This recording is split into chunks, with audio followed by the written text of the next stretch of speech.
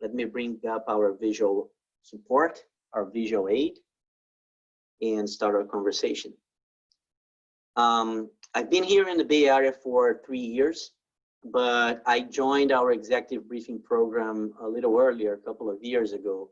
So the story behind it is that EMC Corporation, now part of Dell Technologies, decided to make some investments in my hometown. I'm from Rio de Janeiro, Brazil. That was around 2014. And we built an R&D facility in the city. We also built the briefing center there so we could combine innovation with opportunity. And the big opportunity was, so we had the Olympics upcoming, other major events. We had the World Cup that happened in 2014, so the Olympics in 2016. And the city was going through a major investment in digital technologies. So we combined all those opportunities, all that ecosystem with our ability to invest. So fast forward a couple of years, right? We partner with the municipality.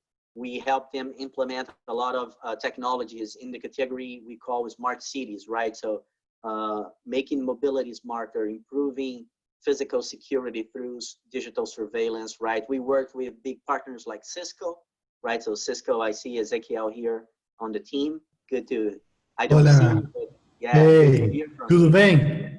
Tudo bem, amigo? Right? Prazer.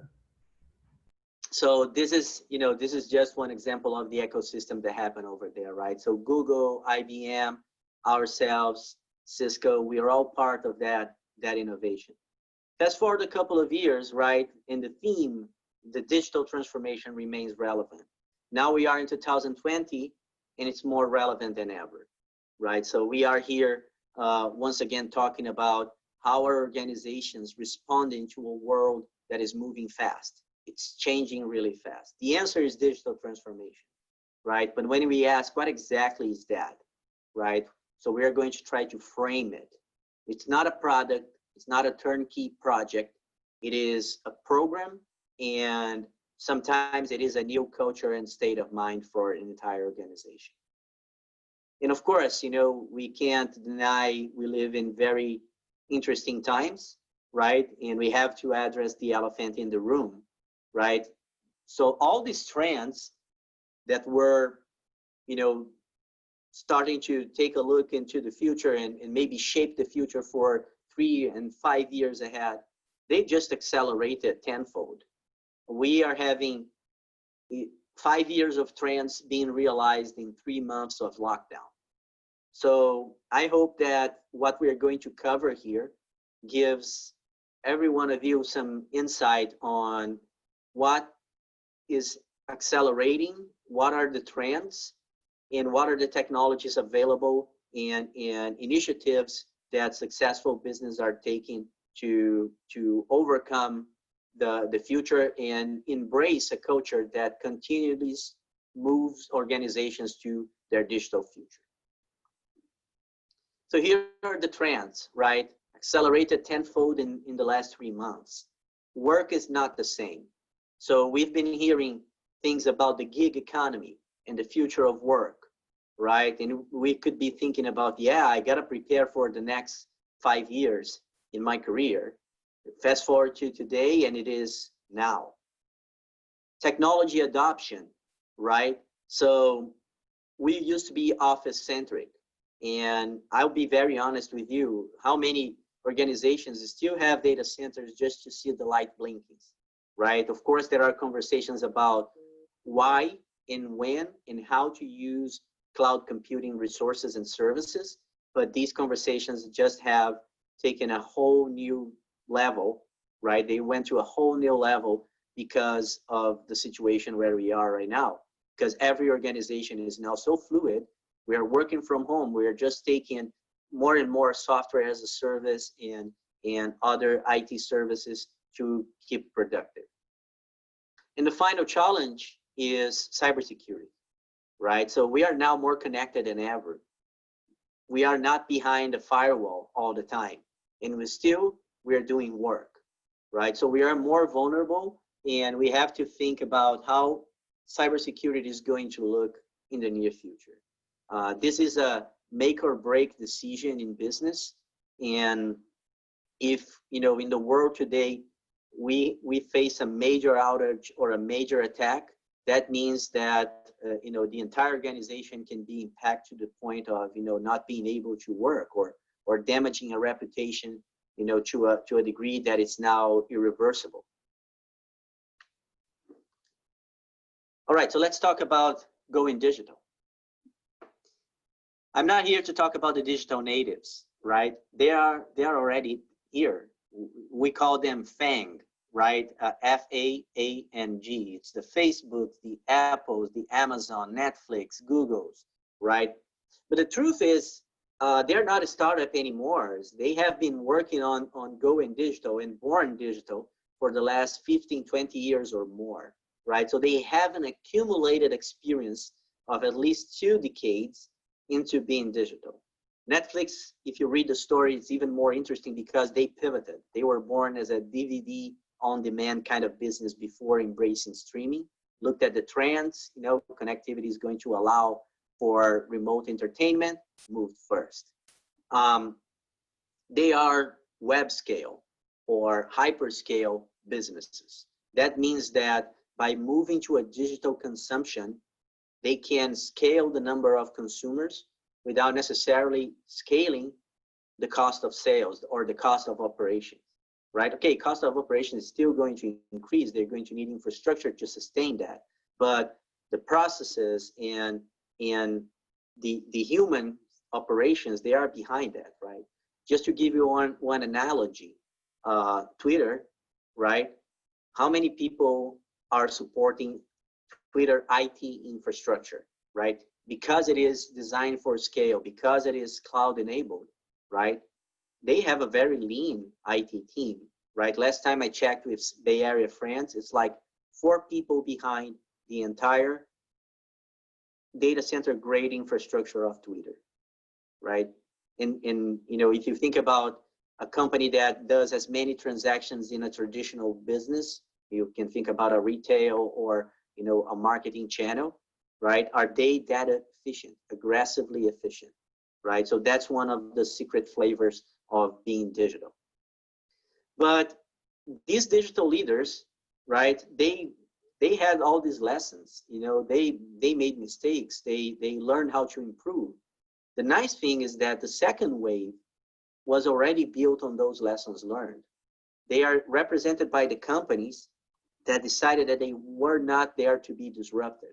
And they embraced it first. They moved fast. Capital One is one example, right? One of the leading major digital banks in the US and in the world, right? But we see big retail companies, big automotive companies, right? Big engineering companies, right? So these are the companies that decided to embrace a digital future and were willing to transform. And of course, what we want to make sure is that we empower the majority of organizations to remain competitive in the digital future, so we don't become blockbuster cases.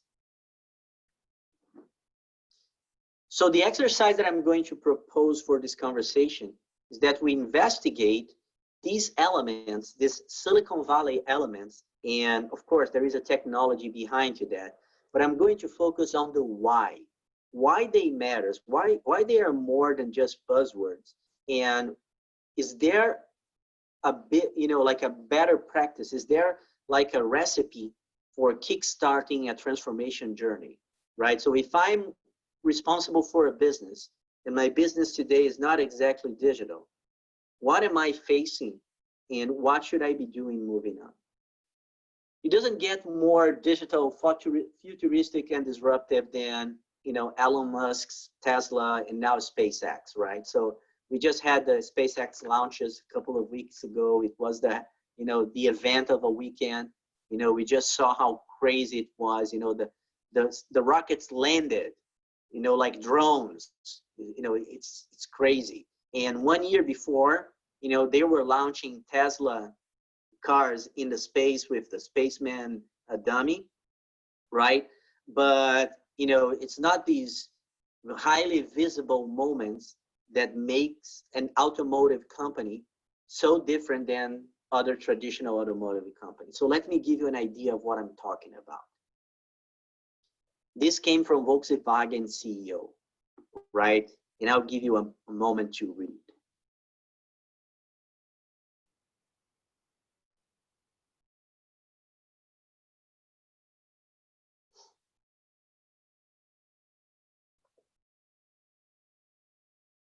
So let's digest what Mr. Herbert is saying here, because there are many elements that we need to take a look at and understand on what makes the company digitally transformed, right? And what is keeping him wake up at night thinking about the future of Volkswagen. He's not concerned about engineering and manufacturing, right? Because I'll be very honest with you, the manufacturing capabilities of Volkswagen, they probably far surpass the scale of operations of Tesla, right? But he says, what worries me the most is the capabilities. What capabilities? Digital capabilities. He doesn't talk about mechanics. He doesn't talk about pieces and parts. He talks that 500,000 Teslas work as a neural network. That's a digital construct, right? That's a software element, right? It's we're going to talk very briefly. This is not going to be an AI course, right? But this is part of a deep learning algorithm using neural networks. So what he's saying is that these cars feed through software with a lot of data to offer capabilities to a customer back. Here's the second element of that story. Second element is that offers the customer a new driving experience every 14 days, right? So they get all this ocean of data from 500,000 Teslas in the world, right? And Volkswagen has many more cars, but they don't feed Volkswagen with that amount of data frequently. But that's one thing, capturing data, having data available.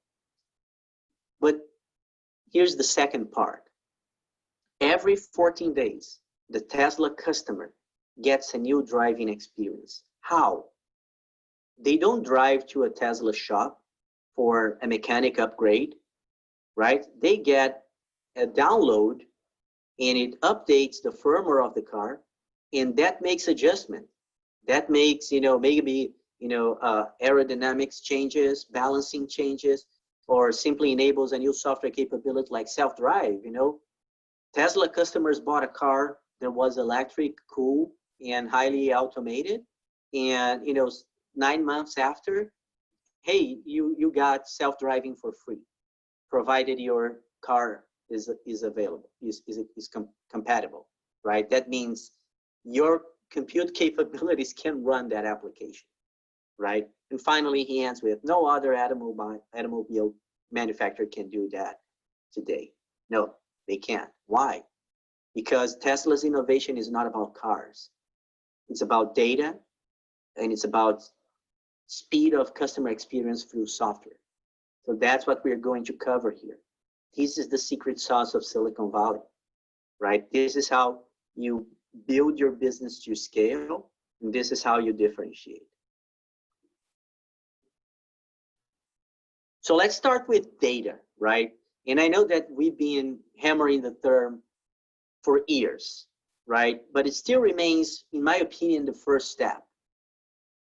The good news is that traditional organizations, existing organizations, your business, you already have years and years of data, right? You've been doing financial transactions. You probably have some intelligence support feature and system available, right? So you can do more than reporting, you can do some modeling, you can do some prediction, right? So use what you have to start, find the opportunities, and go beyond. We are in the perfect time for that, right? Because now more than ever, we have abundance of data. So not only your corporate data that makes your business unique, that you know your business better than anybody else, But there are external sources of data that you can incorporate very easily, like social, right? GPS, everything gone digital. And because of the ease of access to compute sensors in cameras, right? And in the car space, it's LiDAR, right? You can incorporate new sources of data very, very fast. So you have the amount of data in the world going exponentially up, right? And I know we've been seeing too many exponential curves in log graphs recently for the wrong reasons. This is a good exponential curve. At the same time, you can have the cost of compute play into our favor. So we can reason and process data like never before. Not only the cost, that means that, for the same price of a server, you can get, the performance of a 60s supercomputer or mainframe, right? We know the anecdote, Moore's law, right? But then here comes the cloud, right? Cloud computing allows all that availability per minute, per hour, right? So you don't have to stand up a data center to house an entire, world of equipment with tons of silicon and cables and put the people to manage that. If you're running a pilot, if you're testing and experimenting, you can leverage the flexibility, the agility, and the cost per minute of a cloud. Fast forward, if your initiatives are successful, right, we can talk about deciding where to run that kind of workload. Is it more cost efficient to keep it as a service, like pay rent forever? Or do you want to bring that specialized infrastructure as an outcome to your home, invested and depreciated good, right? That's a business decision, and technology now have ways to make ends meet for you. But here's where we are today. So supercharged compute, massive amounts of data, advanced algorithms. So that's where AI comes in. AI, machine learning, they're all, segments of the same domain of expertise, right, which is artificial intelligence. So AI is the big picture. Machine learning is a subset. Deep learning is a subset. All these buzzwords, they are subsets of that, artificial intelligence being the big one, the big family. This is not exactly new, right? If you read the stories about AI, the science was established in the 50s, 1957 is the year that marks the birth of the term for academic, but it has been sitting in the academic space for years and years as kind of a futuristic approach, simply because you needed a supercomputer to do anything related to AI for years, right? And now you can do AI, like I said, per minute in a cloud, or you can do AI, from a rack of servers in a cabinet, right? So we are here. This has made a lot of changes in the things we're doing. And I'm going to talk about data science and the professional space emerging around dealing with data.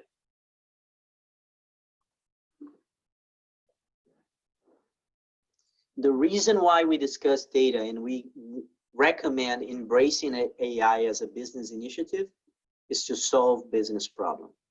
We've seen many AI cases that, they are born in the technology teams in IT spaces. They become pet projects.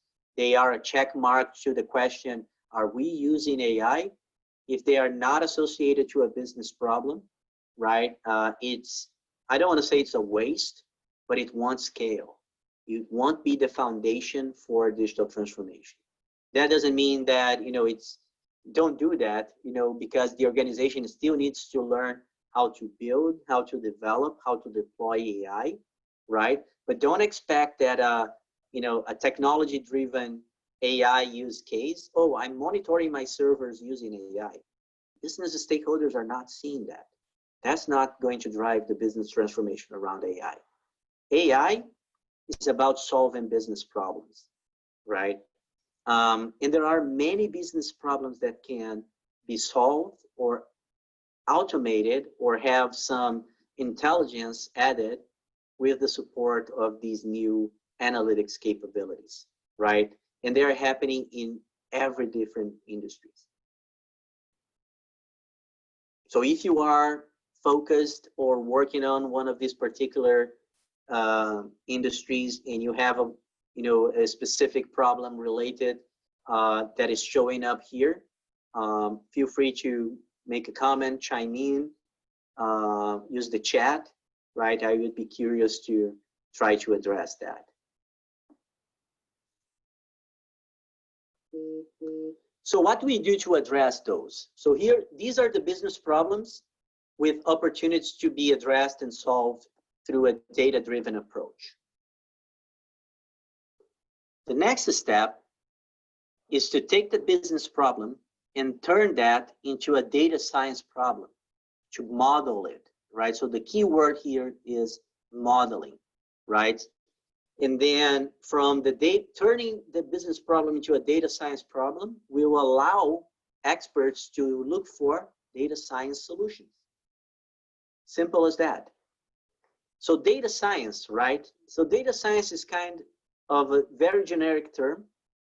It has a little of art around it, right? But there's a lot of skills and process in place that describe this very well. So when we have one skilled person in data science, what this person does, what the data science does. So the data scientist collaborates with the business stakeholders to understand the business problems. And what he does is to use his skills that are a combination of computer science technologies, math sciences like statistics, right? And knowledge about algorithms related to AI and machine learning. And he models those problems with the data he has into AI feeds or AI processes. So just to give you one example, the data science is not necessarily an expert in financial services. He has to be informed so he can interpret the data, right? So here's my personal experience with that. When the term was coined, I'm going to talk about how the term was coined. Organizations are looking for superheroes. They're looking for people that they knew the business environment, they knew programming, they knew statistics, they knew the algorithms. Hey, there's a handful of people in the world that know this. They are not cheap. And I'm going to give you a hint where they are. They are hired in the Bay Area, right? So I don't know if you are able to capture them, right? You're going to have pay premium for those. And, the goal is to build a team for you, right? Not to outsource that, transformational capability. So as I learned more and I could observe how we are doing innovation in that R&D center where I work, I understood better how these data scientists work. So first, it's not a hero journey. It's a teamwork effort. It takes a team. It takes a team of specialists, right? So you can have somebody that knows algorithms inside out and knows a little programming. And you pair that person with somebody that knows a lot of programming. Doesn't have to be an expert in algorithms, but if they get together, you win. And you take this person and you put together with the business stakeholder very close, so they can have conversations about, hey, is this model resonating for the business need? It's teamwork. So you get these 6 hands and add a little more as necessary, and you try to address these problems. And the good news is that from a data science point of view, some of these problems are horizontal. They can have solutions that are known to work in different business problems. So my example over here is that we are using a thing called anomaly detection. And anomaly detection helps solving a lot of these business problems, right? So it is an AI task. And what it basically does is that, you feed the algorithm with a lot of data, you train it, that's the term, right? You probably heard about train AI. But you train this for what? You train this to use computer ability that is much better than human attention span to define the normal. Define the normal before the human five senses, right? So define the normal, for instance, in radiology. What is the normal? I'm going to feed my algorithm with hundreds of thousands of X-ray images, right? And so when something is broken, the algorithm will tell, this is not normal. And as the algorithm gets better, the algorithm can start to notice things beyond the human eye, right? So the human eye is going to say, hey, this, I'm not sure, but it looks weird. You go through the algorithm and the algorithm say, hey, I found this thing weird. And the combination of both the human intuition and the computer, math capabilities, together, they give a much stronger response to the anomaly detection problem, right? So that's where we find, for instance, a tumor in a very early stage. Human and machine together. Intuition, right, and professional training combined with computer problems. And by the way, the algorithm, the model that helped with advanced cancer detection is in utilities doing preventive maintenance of, an engine, right? So it's just accumulating thousands of hours of logs of sensor data, right? And when something deviates outside the normal, like a glitch, the algorithm is going to be able to flag, hey, this is a glitch. And by the way, because I have thousands and thousands of hours logged, I know that there are glitches and some glitches mean nothing. But when this glitch happens, 8 hours after, disaster comes, right? There is an art of training these algorithms well. There are anecdotes that illustrate what a poorly trained algorithm can do, but the person that can explain that better is the data scientist, right? So finding these people, looking for this capability, and sometimes creating a group of excellence in an organization. Yes, it is an investment, right? But look, my opinion, you can't outsource your digital transformation. You cannot hire, you can accelerate, right? You can bring external consultants.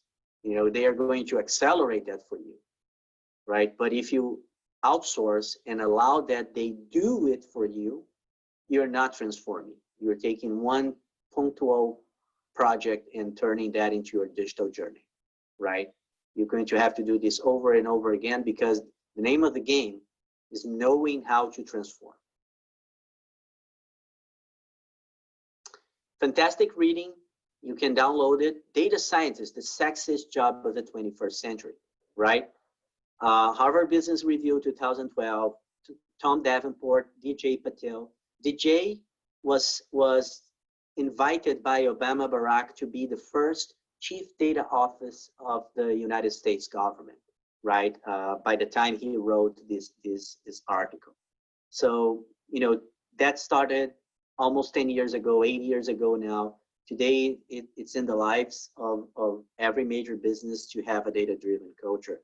But still, the major challenge we face is skills. It's finding the people that know. So if you have kids, if you have a son or a daughter, right, that is starting to think about their future,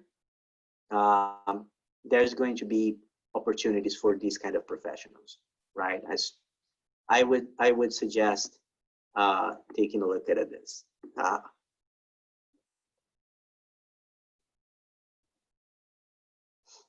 Okay, so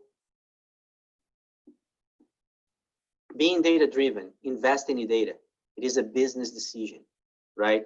The article, let me go back to the article. It has a very interesting concept, the hippo. What is the hippo, right? It's the hippo like the animal, but it's not, right?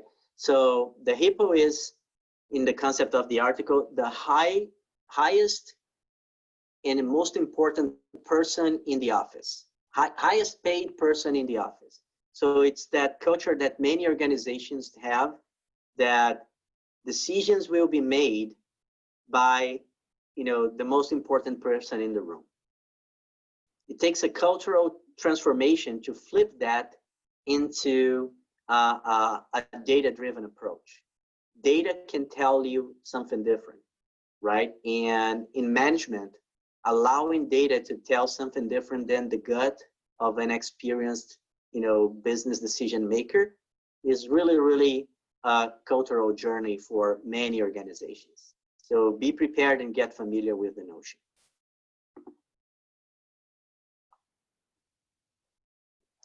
Let's move to the next chapter, right? So organizations start with data because data give insights. They help us prioritize opportunities. So if I'm starting to do analytics and start to incorporate data science, right, I may find out that I can do better marketing campaigns, right? That I can improve the user experience of my mobile app, right? I'm gathering all this information from my data and I have this insight. Let's go and apply it. When? Well, as soon as possible, right? So how do I shorten my time from idea to application, right? So here is the secret sauce of Silicon Valley. Companies in the Silicon Valley are masters of speed. And this is the last mile gap that they have mastered on. Rely heavily on data, and they digitized everything, so they have tons of data. They can put that data in production really, really fast by moving in an agile fashion. So here is, of course, agile, the buzzword, right? I wanted to show that it's not a buzzword. It doesn't mean something just for the sake of the term, right? It is a business need. It is a competitive advantage. For Volkswagen, it means that Tesla brings innovation to a customer every 14 days, right? That's why customers are willing to put money for Tesla and wait 1 year until they get a Cybertruck, right? Because they know the product that they are buying is not exactly losing value. It is improving every 14 days. So how is your manufacturing process continuously improving? How is your smart grid in utilities continuously improving? That's the key. And how do you do that at scale, at production scale? So this is the second set of skills that support the digital transformation journey.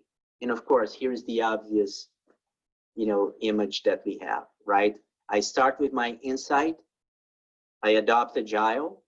So I take that idea and I put it in a software development pipeline that goes fast. So I iterate quickly. Next, my developers, once they are successful, they will generate their deliverable. Their deliverable is actually working code. I have now to put in production. How do I put, all that new capabilities in 500,000 Teslas, right? That's called the release, or, the moment that I put code in production. So how do I release fast? So we typically start this conversation between business and IT. Oops, I'm gonna go there. Buzzwords that are here: agile, DevOps. I'm going to explore why, right? And then I'm going to talk a little about the how. But keep this in mind. Moving fast from idea to business impact is what makes digital happen, is what makes Silicon Valley companies differentiated, right? It's not because, you have an electric car that you are digitally transformed. It's because you can deploy value for your end user every 14 days. So welcome to the software renaissance. So the term, I heard it the first time here in the Bay Area around 5 years ago. And what they were talking about. So I talked about organizations building analytics capability. Guess what? Organizations need to regain their past ability, lost ability to build software.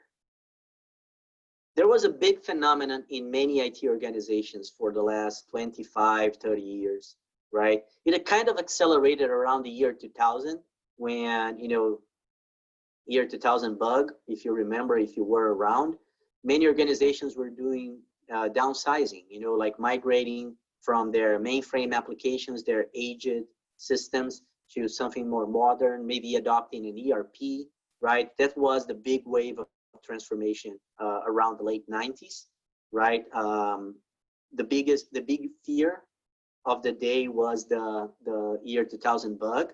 But what was happening was that it was a wave of digitalization, of course. Business support systems were moving from this kind of built only and house kept legacy systems into something more modern and standardized in the industry, like ERPs.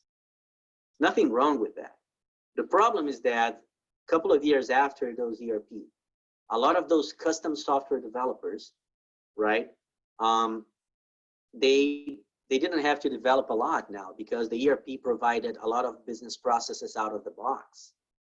And many organizations kind of lost that culture of developing internally. They were doing software engineering for everything, and now they're doing software engineer for very little things. And these professionals became business stakeholders. They moved on their careers, right? Of course, it didn't happen at every aspect of the business, but surely took the focus of software development a little off the radar of the business.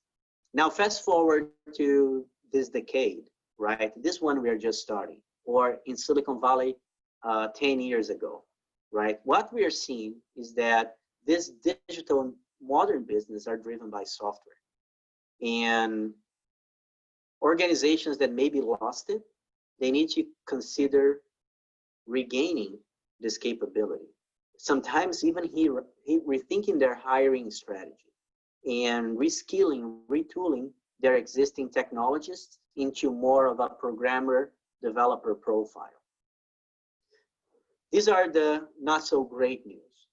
And the good news is that, well, everyone is doing the same. And even existing organizations with strong development teams still need to retool and reschedule. So basically, it's a wave of transformation that is happening all over the world across many industries. So this is the software renaissance, and nothing like the School of Athens to illustrate that.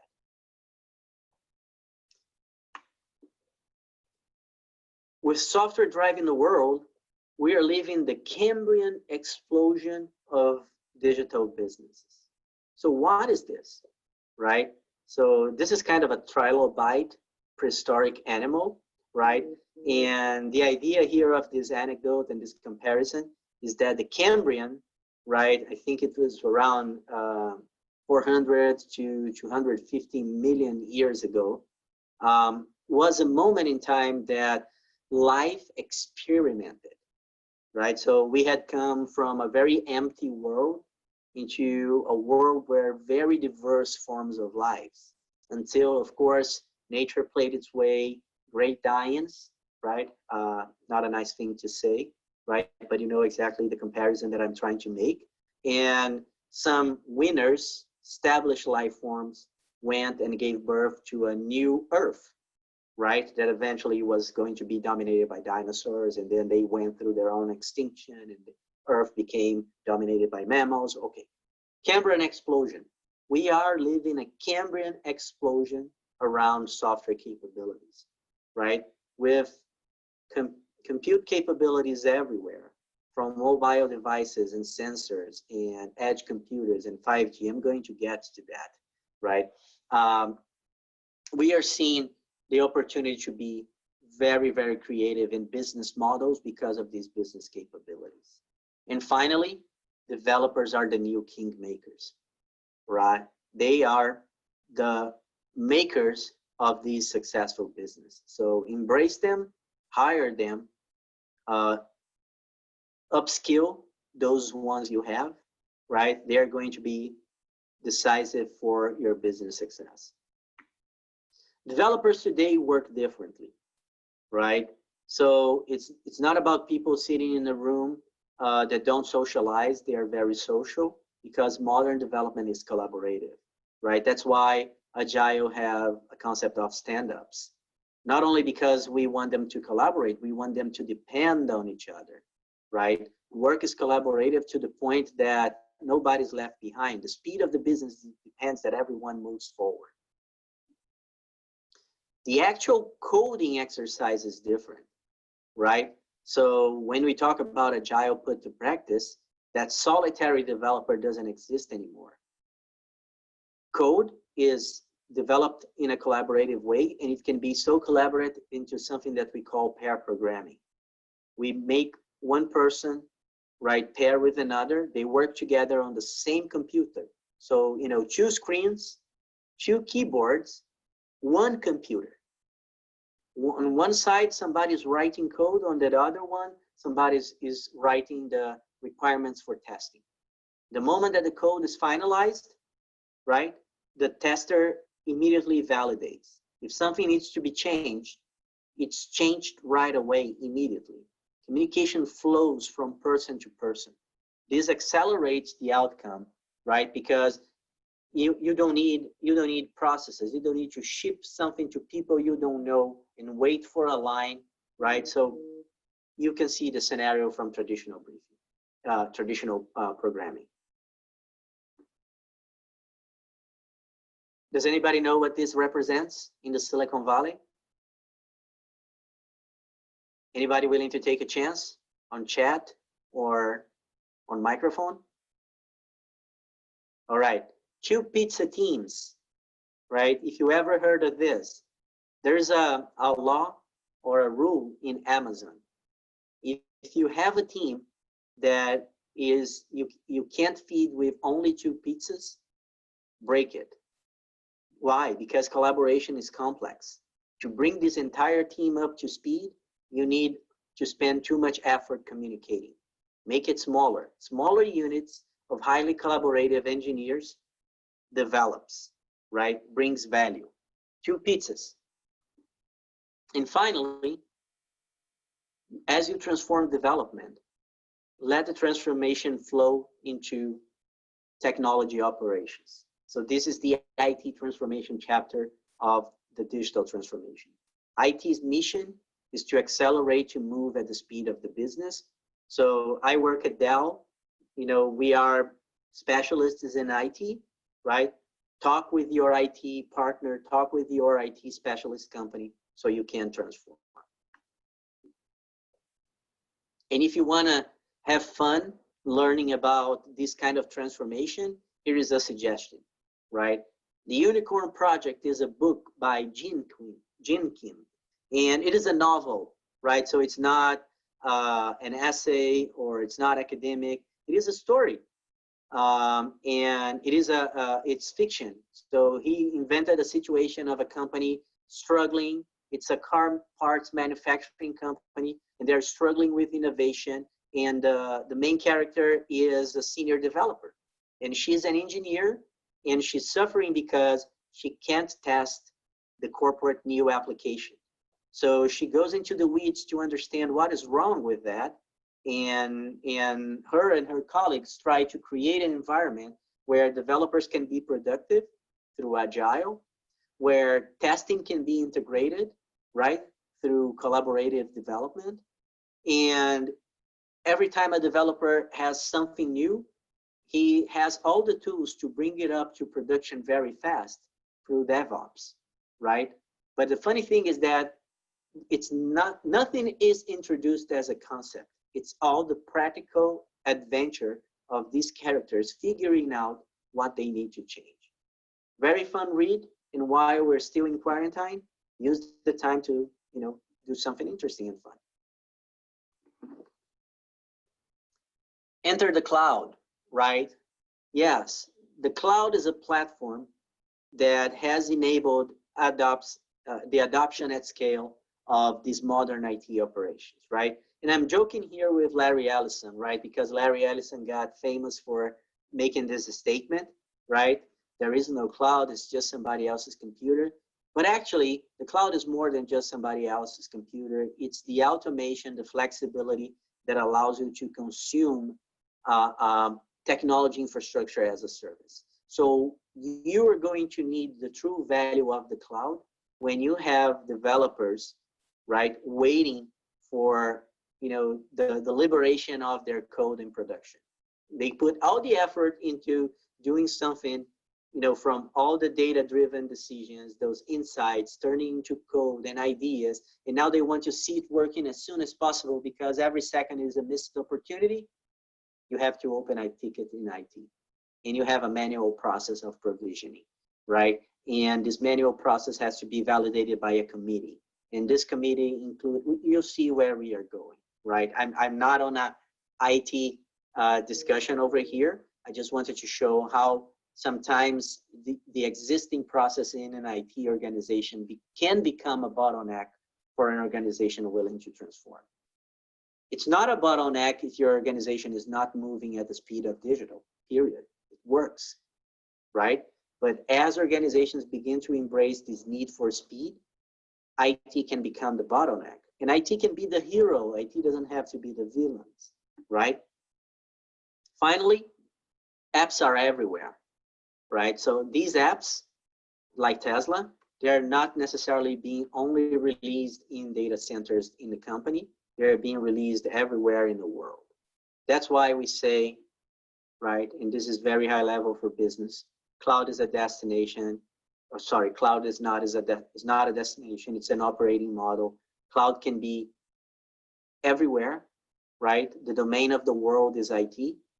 And cloud is limited by 3 major laws. You make choices depending on, hey, I need this infrastructure on this place because I care about response time, right? I care about latency. That's the laws of physics, right?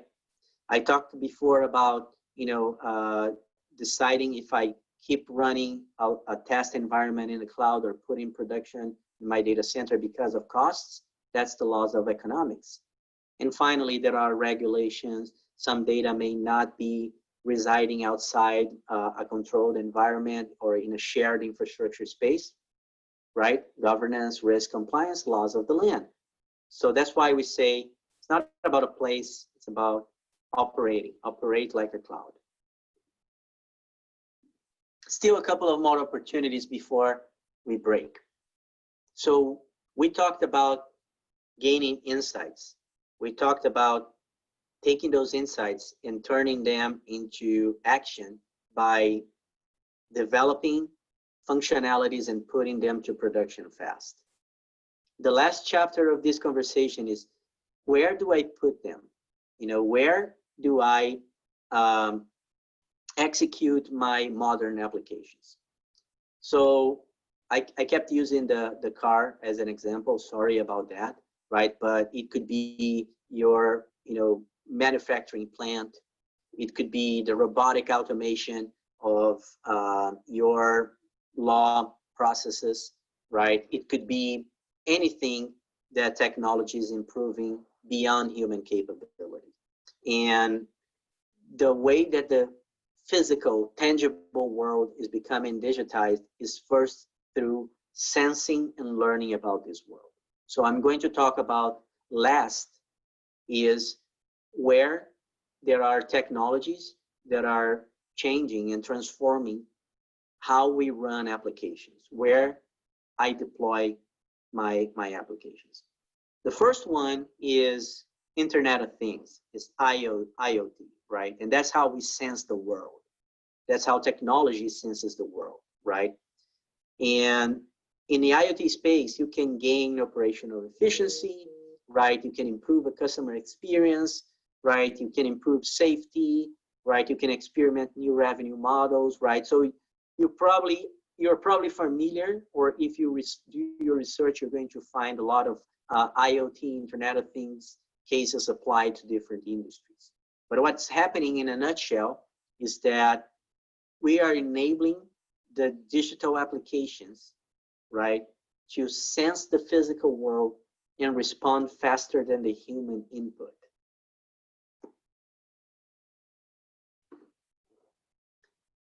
Now that the world can be sensed, right, and it can provide a lifeline to systems, we could be connected, right? If we could be connected in a much higher quality pipe, imagine the possibilities.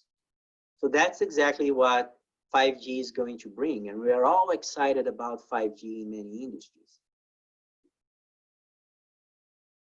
We are excited because it's going to enable even more use cases that today are choked by our existing communications or limited connectivity, or the fact that we need to be disconnected for some times, right? So imagine, self-driving. You're talking about a self-driving car, but imagine self-driving roads, right? The entire road is instrumented and connected all the time, right? So this is smart vehicle is talking all the time with peers and with the network, the road administration organization at the same time. And it can keep the flow, it can keep the distance, it can make decisions in a very safe way. And not only they are making human decisions, individual decisions, right? So that's why we have accidents, right? Accidents happen because the human, the driver, we have an insight. We estimate that this change of lanes or this maneuver is going to be safe, right? And because we are autonomous creatures, right, we don't have telepathy. We make autonomous decisions as individuals. But I can be wrong, right? Because I am assuming something and the other person is not assuming. Like I can assume that person is slowed down as they see me changing lanes. And that person is assuming that, okay, if I accelerate now, that person is not going to consider changing lanes. All of a sudden, conflicting thoughts, we have no control over this accident. In the road of the future, if both cars are connected, right, they're going to be able to correct each other. So, you can have a safe algorithm that kind of slows down the upcoming car because they know that the car ahead of his is going to change lane, right? Or you can have a more aggressive moment, a prioritized moment, and it can be a product. Like, hey, I'm paying a fee to have preference over any other passengers, right? Okay, so now, you are in the car and you're driving at 80 kilometers per hour, or 55 miles, and I have another car that is wanting to change lane. I have preference. The road is going to make this car wait. How crazy is it? By the way, that's monetizing new things, new ways to make business, right? And it's possible once you are connected, once you can sense the world.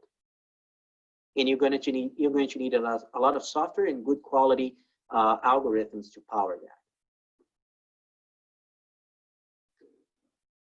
From the sensor to the connection until that algorithm, there is a gap, right? And that gap is being called by the next wave of infrastructure. Really sorry because I am in technology and we have to deal with these very vague terms, right? So cloud for years was a very vague term.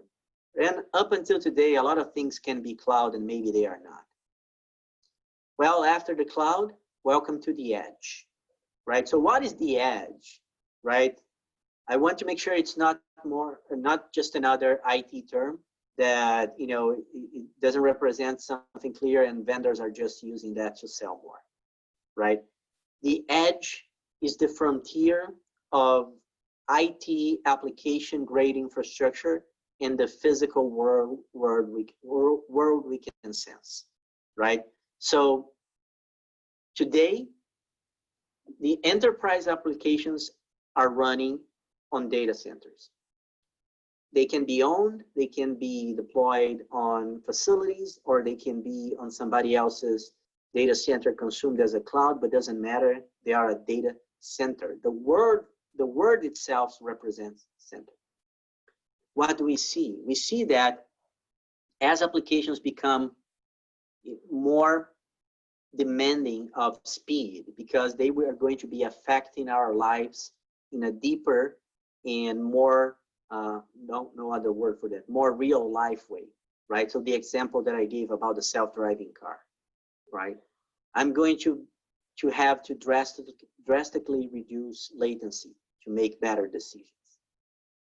And sensors, right? I have to keep them small. I have to keep them lightweight. I have to keep them energy efficient. So there is a bottleneck to what I can reason and process in sensors. Sensors sense, they don't process, right? The edge is where these processing outside the data center happens. So it's a layer between, centralized compute and the physical world. It's the intersection. Welcome to the age of the edge. And the edge, the edge has all the requirements of traditional IT. It needs compute. It needs to store information. It needs to process at speed and at scale, right? So it's going to need servers, switches, persistence media, data protection, cybersecurity protection, right? Well, guess what? The edge is a data center, only it's somewhere else, right? It's not centralized. I'm going to have pods. I'm going to have mini data centers. I'm going to have micro data centers, and they're going to be spread around. So 10 years ago, the prophets of the cloud computing, they went around and they said, hey, in the future, we're going to be shutting down data centers. The world is going to have fewer and fewer data centers, and only the major data centers will survive.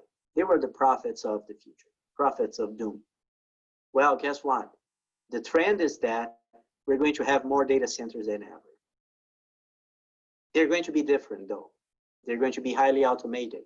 They're going to be designed to run without administrators, without staff to manage them around, right?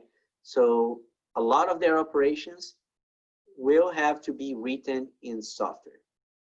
And I think about this edge data center as lamps in a post, like urban lighting.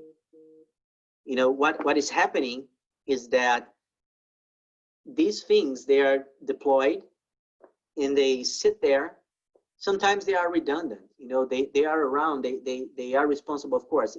Each street light is responsible for a piece of that street, but they are designed for overlapping. So if one lamp fails, it's not the end of the world, but because there's going to be a dark spot, but it's not decisive for the quality of my overall service. The edge is going to be like that. So maybe that road that I described to you, it's going to have an edge data center at every mile. And if one fails, I'm still going to have enough power to cover all the way almost to the intersection to some limit, right? Just like we do mobile antenna coverage today. And in the owner, the manager, the team responsible for that service, they will be then able to schedule the maintenance of that failed equipment. And who knows, how modular these things are going to be. Maybe they're going to replace the entire micro data center. Imagine a box that is the size of a human and fits in a parking lot, right? It has solar power, and it has enough compute capabilities to feed this self-driving world for 1 mile. Crazy. Love it. And finally, that shift to the edge is going to change data centers as more and more information that are going to be created on the edge will remain on the edge, right? They will only migrate to the core right? When they need to be aggregated and processed, and maybe improving my my AI algorithm at scale, right? Otherwise, they're going to live, exist, and be stored. Maybe they are going to be discarded in some ways if they are not mission critical. But this is the age of the edge. Big opportunity for transformation of businesses, right? Transforming how we operate, transforming how organizations deploy technology everywhere. Let's put it all together, right? It is a virtual cycle for digital transformation. And we learn taking incremental approach. So it is a journey, and it starts somewhere. It typically starts with data, but it can start with, you know, an application project like, hey, I'm going to use my application project to go mobile, right, with my business as the kickoff for my digital transformation. So I'm going to make that mobile app the center of my emerging business, right? Or I'm, you know, I have all these different projects. I want to figure out among them all which one are data driven, and if I can take a modern analytics approach that kicks off my digital transformation.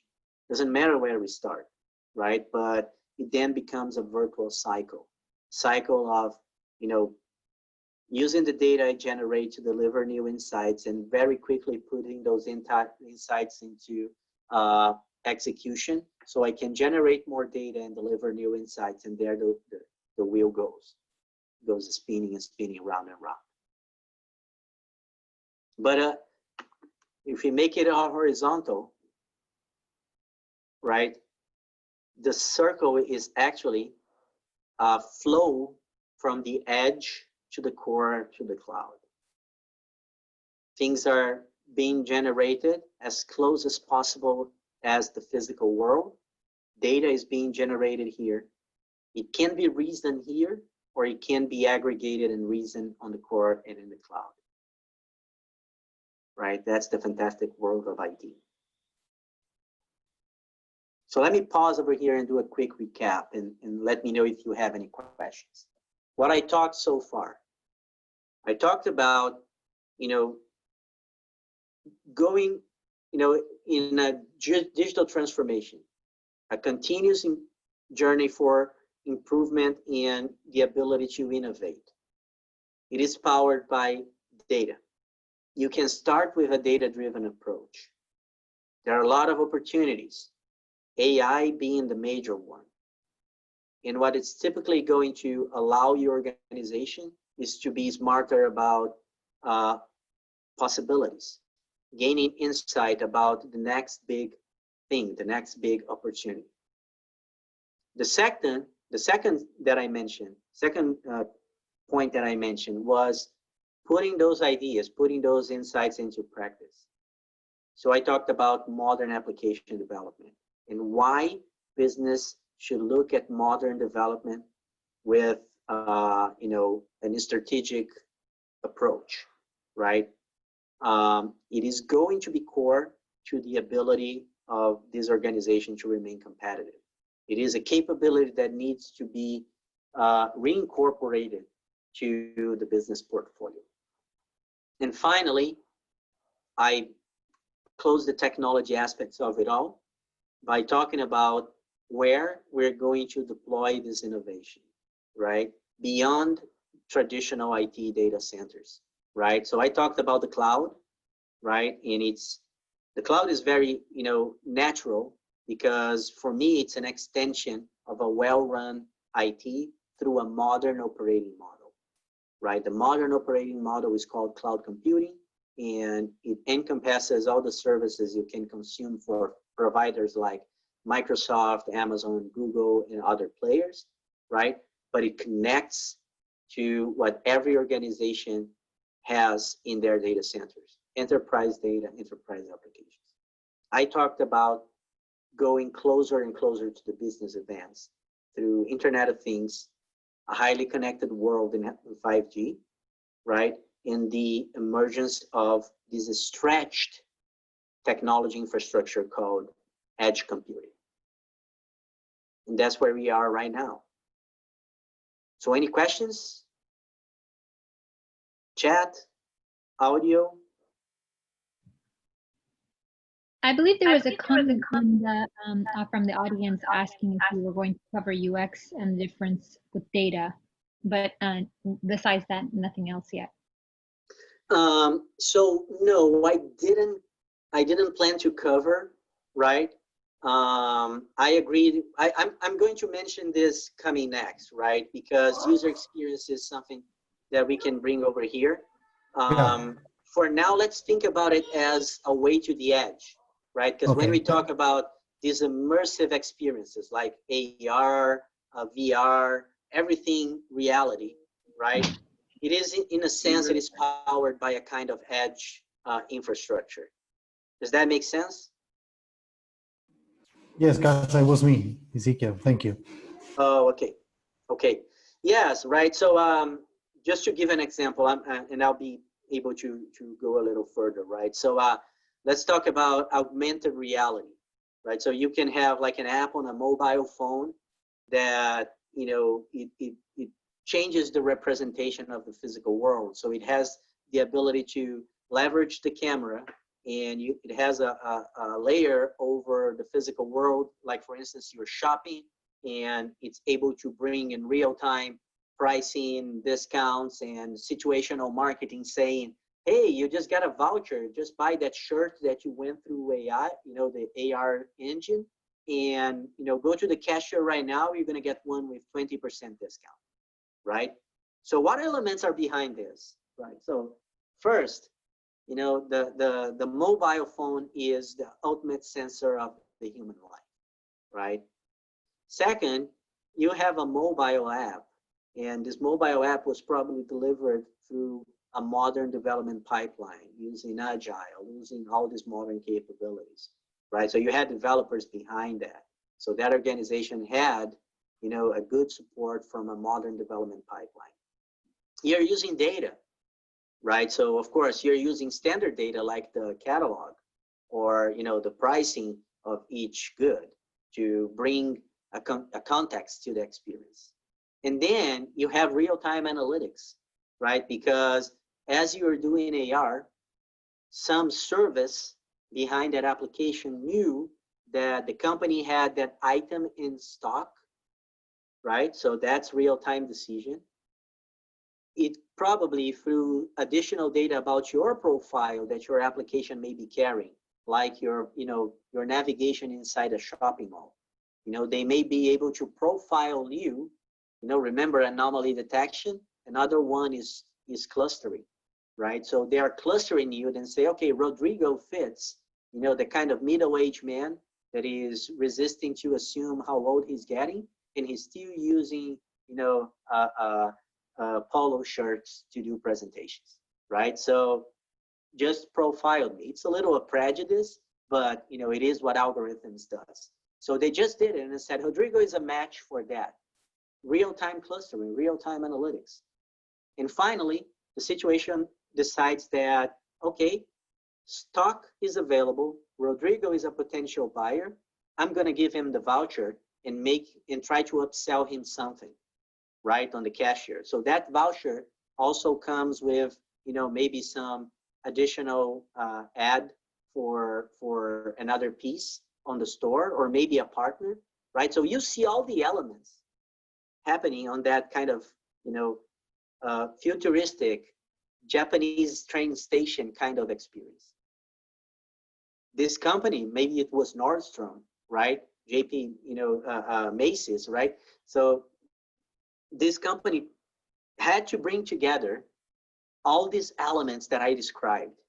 It had to bring analytics, software development, right? Mobile development, edge, you know, because maybe they are running something accelerated in the store, right? It's all here. It's all here. And it still is Macy's. It still is Nordstrom. It still is the business. But it has become so digital, so agile, right? That in my human brain, or actually, you know, in my reptile brain here, I'm saying, hey, you know, this is much better than navigating Amazon. You know, I'm going to go to the shop, right, wearing my mask because it's the pandemic out there. But I'm going to go to the shop and I'm going to see what they recommend for me. Crazy, isn't it? All right, so I'm going to get to the last section of this agenda. And I'm going to make a disclaimer. The disclaimer is that I work for Dell Technologies, and I'm going to cover very quickly how Dell Technologies can help these organizations bring it all together, right? So we are one IT company that provides, through our broad portfolio, infrastructure solutions to help organizations accelerate their digital transformation, right? We do a lot of investments in innovation. I think there are two curious cases here that I have run over in my experience with the company, right? So one is that because I opened the briefing center in Rio, I could, you know, participate the R&D ecosystem of the company. Very, very cool. You know, they had new people coming from the academic space. They were focused on data analytics, big data. They were data scientists, but they were also into the academic world, PhDs, right? Really, really cool to see that kind of investment, right? And it resulted in an acceleration of intellectual property being released, right, through patents. The other one that I see is the Dell Technologies Capital branch, right? So in addition to all the organic innovation, you know, like our products roadmap in execution and R&D inside the company through our collaborators, right? We also have a capital investment business. We are here in Palo Alto. That's where the office of Dell Tech Capital is.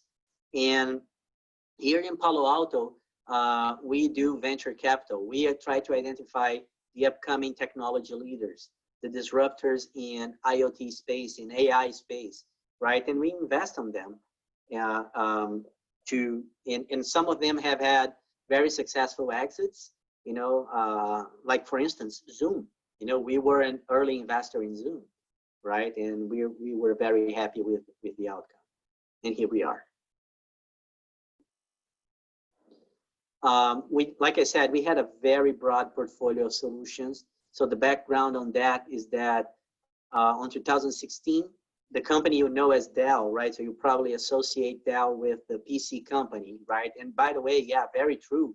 Like #1 vendor of PCs in the world, still a significant piece of our business, a huge consumer-oriented business today through e-business. But if you remember Dell in the 80s, we sold directly through the phone, right? So we had a huge inside sales team, you know, calling 100 by Dell, 1-800 by Dell, right? And doing business directly was a transformational case in supply chain and customer fulfillment for years, right? And now with e-business, we are one of the most active consumer portals in the world, right?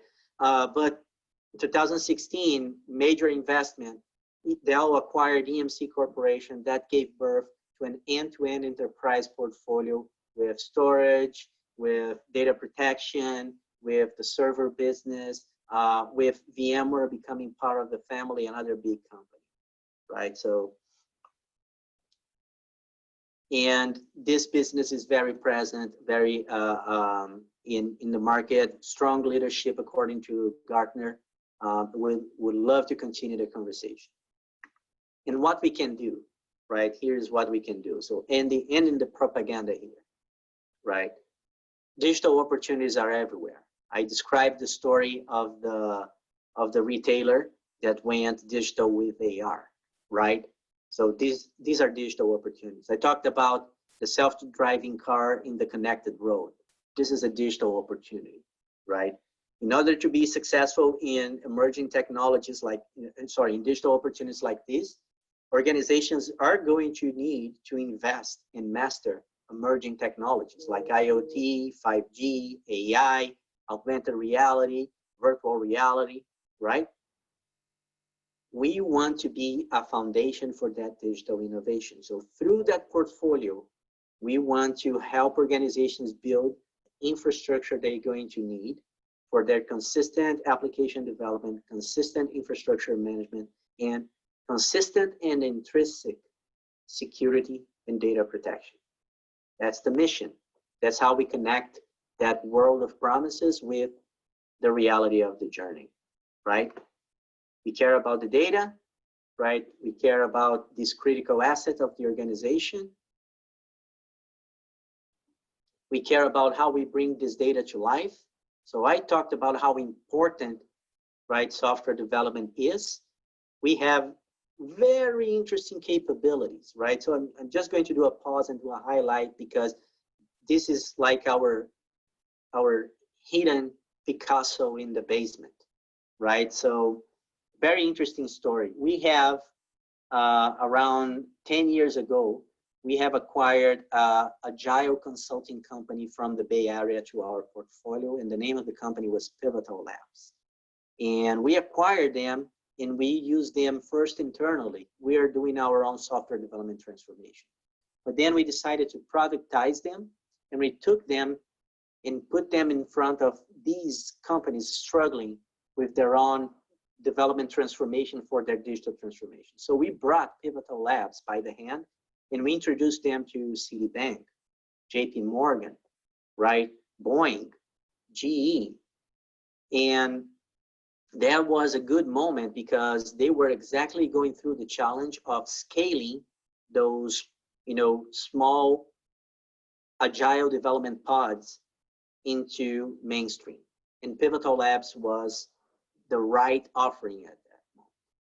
So fast forward a couple of years, we had very successful engagement with these giants that are no longer behind. They are doing their digital transformation, right? Only they have a lot to transform.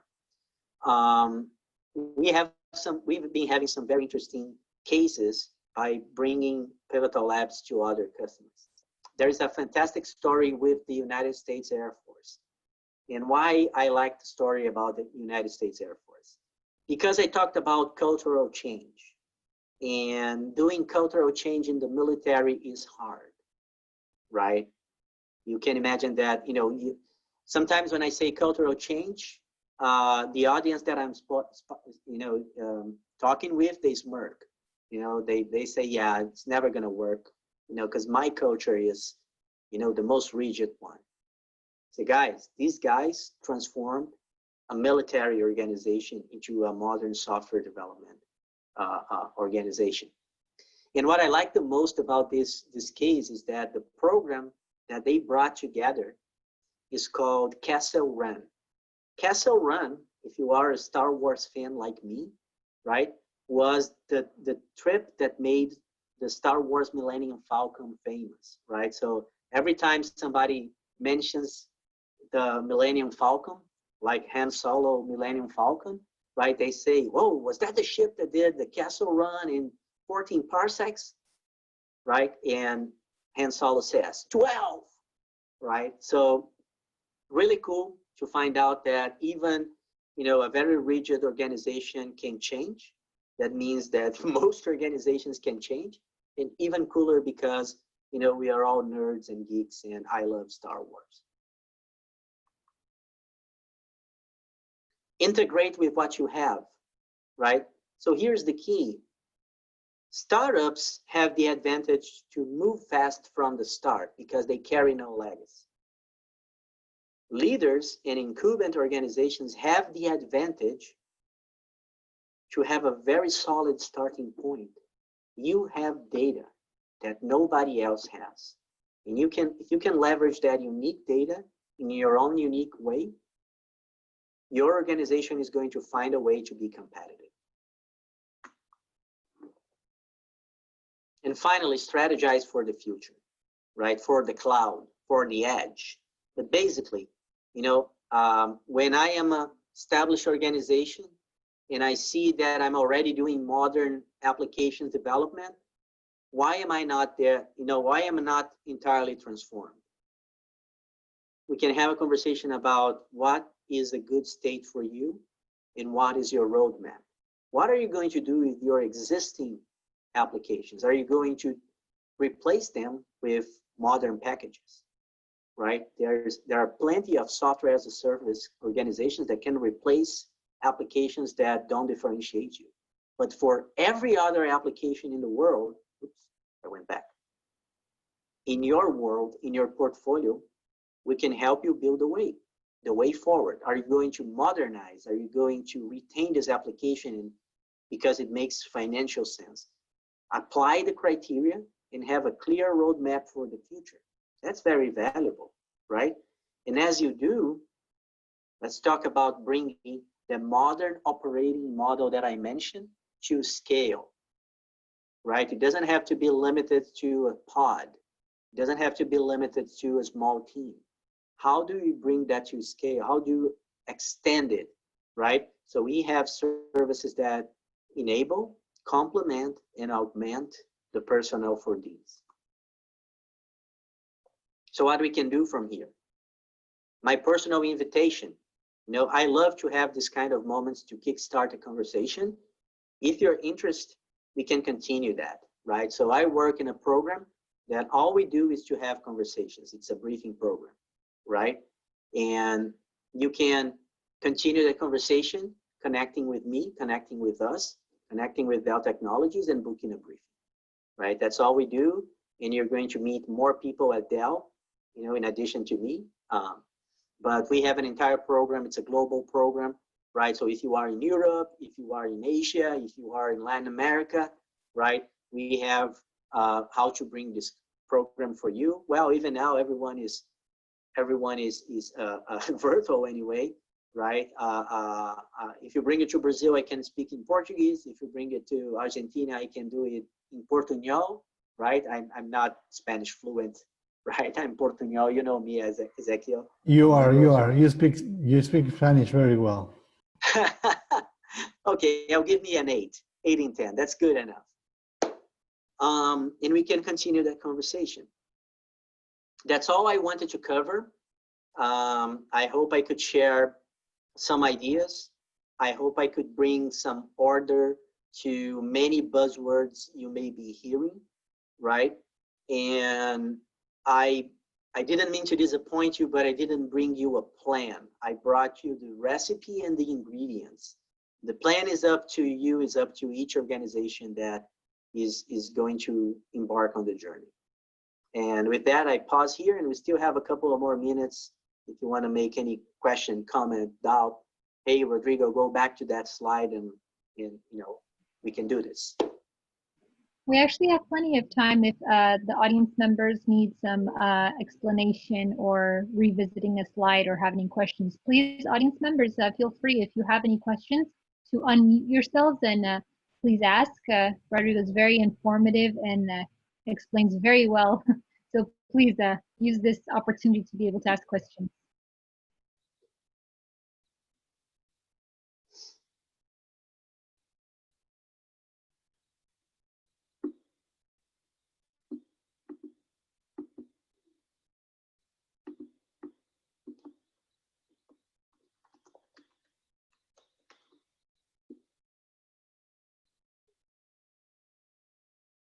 If you ask me how are things here in California, we're still in lockdown, but the weather is beautiful outside.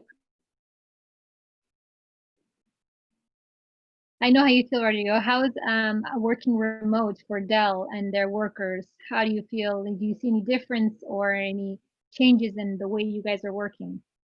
Yeah, very, very good questions about the moment right now, right? So I'm very fortunate that Dell has for years had a culture of remote work, right? So because of the product we sell primarily, right?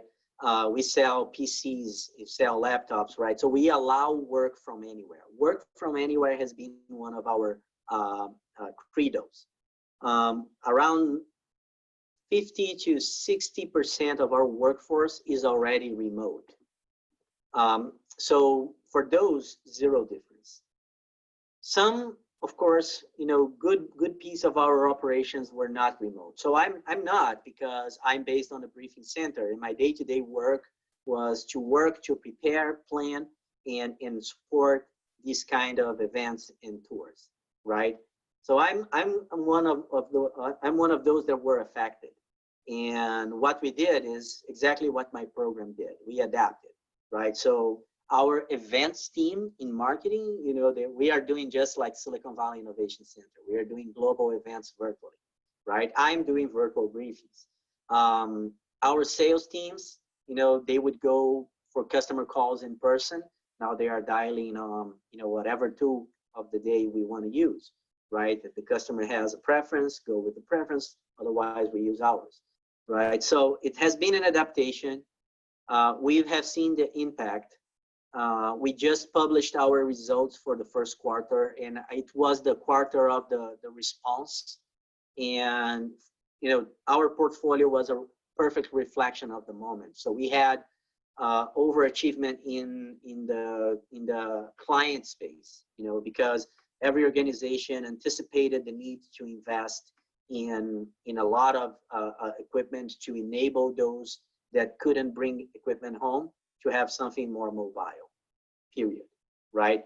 And then, you know, we are going to see how that is going to look like, because right now we are focusing how are these organizations operationalizing this distributed park, right? So now they have a distributed farm, a distributed portfolio of endpoints and devices. How we're going to manage, how we're going to secure. That's going to be the next chapter. And overall, we are observing all the trends. We observe that, you know, many of our engineers are just as productive or even more productive working from home, right? So right now, this is allowing us to be conservative in our return to site strategy. So we are doing return to site. China is returning, for instance, you know, as the economy there is reopening because they are further ahead on the curve, right? So we are going to take the lessons learned and apply it to us. But in a nutshell, you know, we are all challenged with the situation. We are all hit by the human impact, right? Nobody wants to be celebrating success in this kind of environment, you know, where lives are at stake.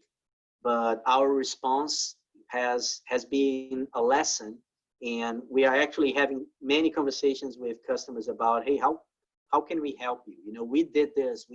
We successfully brought 120,000 professionals to be productive at home. You know, how can I help you? That's the right conversation. So I have a question here on the chat about the edge, right? Is it okay to move to this? Of course, yes, please. And it's quite any of the questions that. All right, so let me talk a little about the edge and differentiate this, right?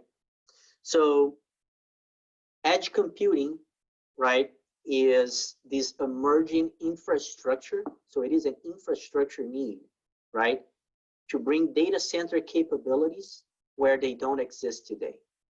So I'll give you another example.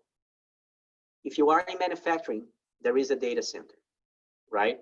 And in this data center, you run, for instance, financial, you run planning, you run a data warehouse, you run your traditional applications that can be run in a data center. In the factory plant, you also have technology, right? Because you have, you know, robotics assisted and automated. It's mostly OT, operations technology, right? You have sensors, right? And maybe you have an Internet of Things project that is doing predictive maintenance on some key equipment. And that's good, right? Because it's already digitizing a lot. But as we continue to move into the digital journey, right? As more and more applications and business problems are being solved with real-time decisions, the demand for applications to be run physically close to those equipments is going to be bigger, right? So let's say that I'm implementing, you know, robotics in a very mission critical part of my manufacturing space. And I want that kind of control because of latency, because of security, and because of the amount of data that it generates to be very close to the equipment that is sitting in. So that means that this application that is heavy enough that it requires a server and a storage subsystem. It requires a data center class infrastructure, right? It won't work if it's sitting on my data center. I have to move it to my factory plant. So here's my divide. And this is not going to be true for just one factory, because I have 10 plants worldwide. And now I have to manage 10 different places with data center grade infrastructure. So this kind of problem is the problem that we believe will be solved with the approach called edge computing. Making data center class equipment physically available, right, where it needs to be to serve low latency, heavy applications, while not challenging, IT staff. I don't want to bring data center staff to my 10 plants. I want to have centralized control. I want to have heavy automation, right? I want to treat like street light lamps, right? So I want to make it redundant. I want to put enough technology there. And I'm only talking about 10 plants. But think about the self-driving car and the smart road. How many pods of technology I may be deploying? I may be deploying 1,000 of those pods, right? So once again, I don't want to have one administrator per pod. I don't want to hire 1,000 IT administrators for that equipment.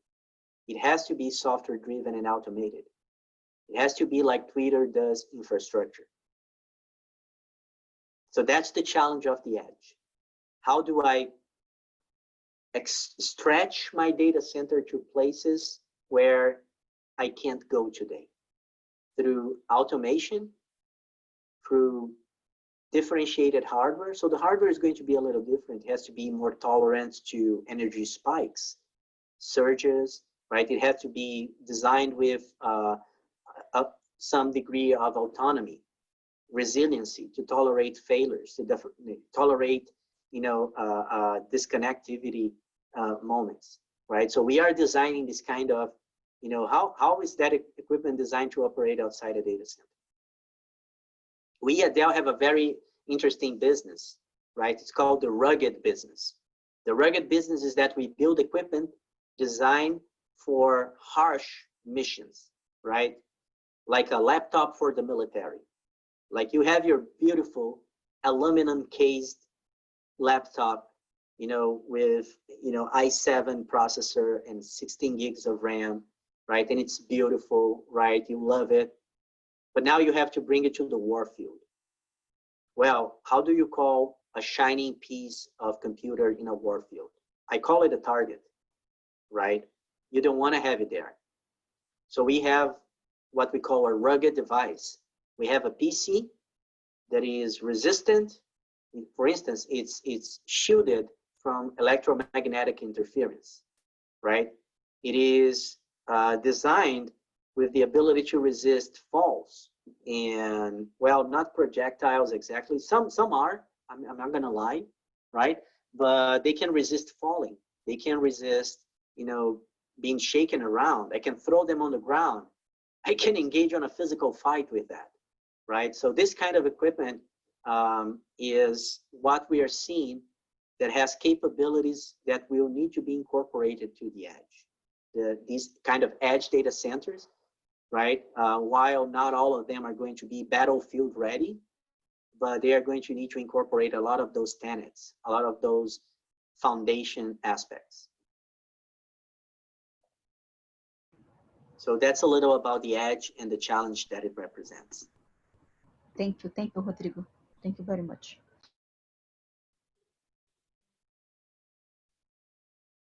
So for the question about the edge, was it more clear?